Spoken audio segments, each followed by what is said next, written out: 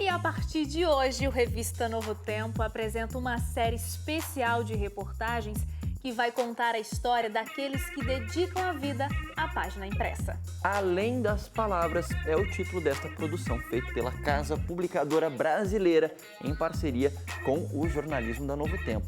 E mostra quem foram os pioneiros do trabalho editorial no continente sul-americano, como essa área se desenvolveu ao longo de mais de um século e os surpreendentes avanços alcançados nos últimos anos. E na primeira parte da reportagem, você vai saber que papel a literatura exerceu na internacionalização da igreja e como foi o início da obra de publicações aqui no Brasil.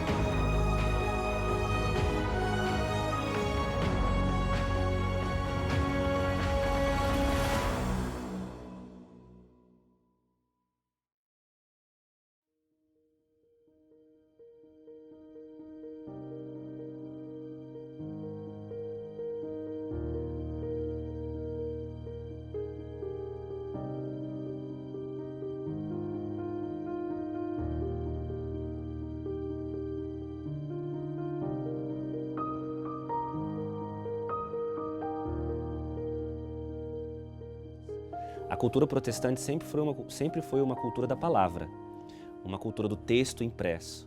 Até porque a cultura protestante ela surge paralelo à invenção da imprensa por Gutenberg. O adventismo não foi diferente. Então, mais do que qualquer outro movimento, inclusive do protestantismo histórico, o adventismo tem uma cultura da palavra intensificada. É um movimento que eu chamo de textocentrado. As primeiras publicações adventistas remontam ao século XIX, quando a denominação dava ainda seus primeiros passos.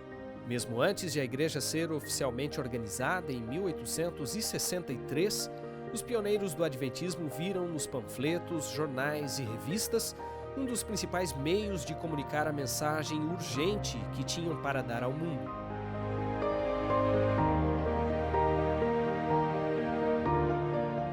A ênfase na área de publicações ganhou força a partir do fim da década de 1840. Nesse período, teve início o ministério daquela que se tornaria uma das vozes mais influentes da denominação, a escritora norte-americana Ellen White.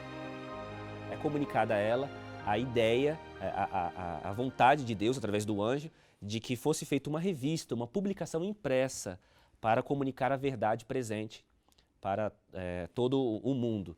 Então, dessa forma, a plataforma textual, a mídia impressa, a mídia texto, ela é quase que sacralizada através dessa visão. Por quê?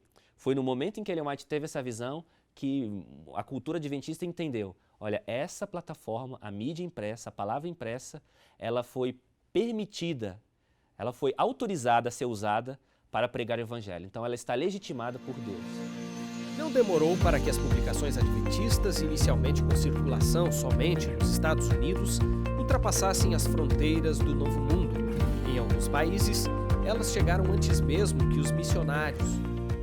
Há dados que mostram que a Igreja Adventista começou em muitos países através da distribuição de revistas, livros ou mesmo da presença de um comportor evangelista. Esses dados apontam entre 70% a 80% dos lugares onde há presença adventista foi através das publicações.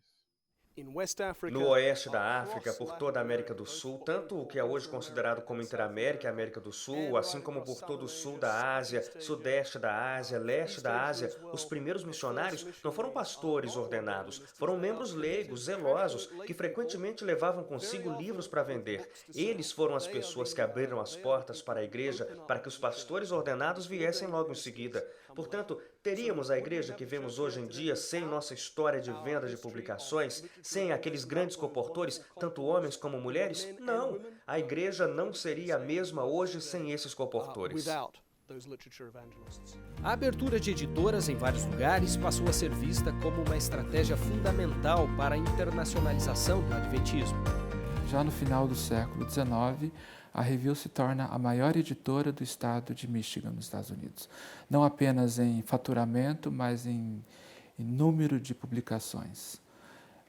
Essa editora ela funda diversas filiais pelo mundo, a começar pela Europa, em Hamburgo, na Suíça. Da virada do século XIX para o século XX, essas filiais também alcançaram a América do Sul. A igreja não podia depender apenas das editoras da Alemanha e dos Estados Unidos. Então eles acabaram pensando em desenvolver alguma coisa no Brasil e na Argentina, porque era língua portuguesa e língua hispana.